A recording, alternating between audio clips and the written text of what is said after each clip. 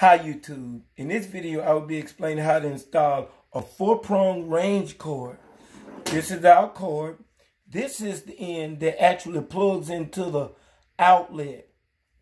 The other end, this is the end that actually goes up into the range and terminates into the range. Okay. This is the outlet that you should be plugging into. This is for a 4-prong range cord. This is a 4-wire outlet. Now, if you have this outlet, this is for a 3-prong range cord. So if you have this outlet, then you need to install a 3-prong range cord. Either do that or change this outlet out to a 4-wire range outlet. Now, let's take a look in the stove or take a look in the range. Okay, this is where your 4-prong range cord terminate. Okay, so you have your black and your red. This is where your hots terminate. You'll have 2 hots. And then you have your white. This is where your neutral terminate across from this white. And on this green wire down here, on this green screw down here, this is where your ground wire terminates. Okay, one very important thing I need to point out. Okay, there's a bond, this little copper strip right here that leads from our green screw up to our white screw.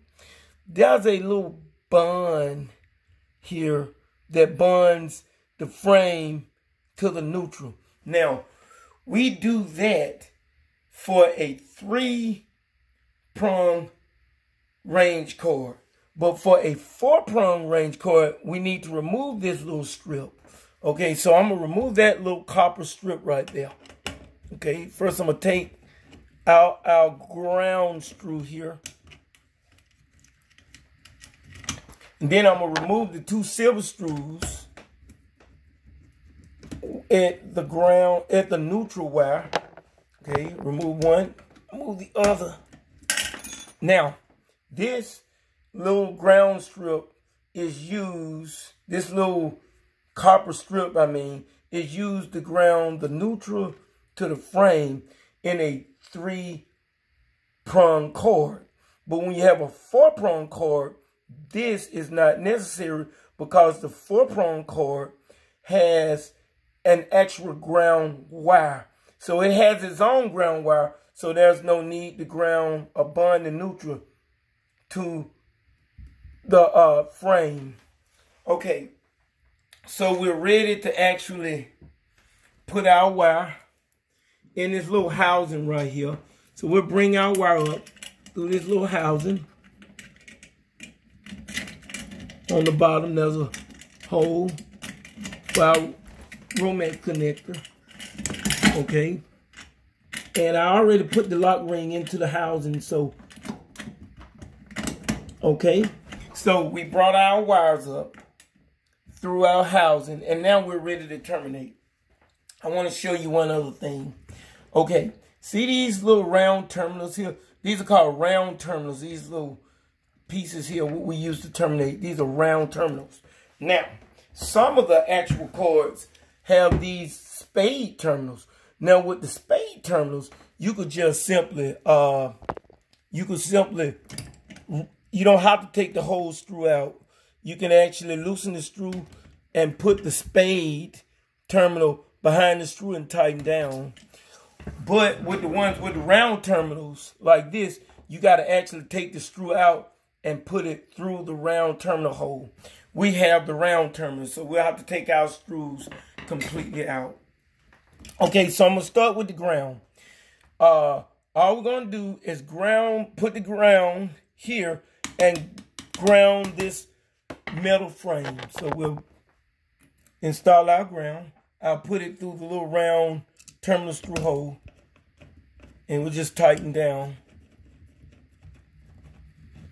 So now we installed our ground to bond the frame. Okay, I like to shake it to make sure it's good. Now, for our neutral, we'll terminate our neutral. Slide the screw through the hole. and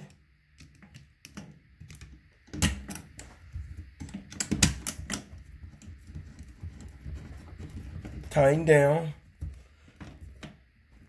So the neutral will always be across from the neutral. So the neutral is installed. Now we'll install our hots on our red and black. Now it doesn't matter which wire go where as long as there's a hot on each screw. But I like to keep the colors consistent. So I install my black hot here and my red hot on my other hot. Okay, so my black hot across from my black. It's good.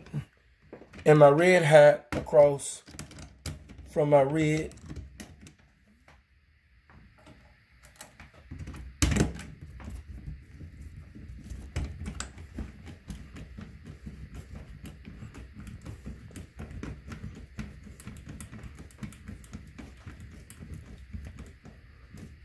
All right, I like to shake them to make sure they're tight. That's tight. That neutral is tight. That hot is tight. And the ground is bonded on the frame. Now, sometimes these screws, you can use a 1/4" nut driver. Sometimes they're 5/16. And you can always use a Phillips head if you don't have a nut driver, because they all got the Phillips head tip on them.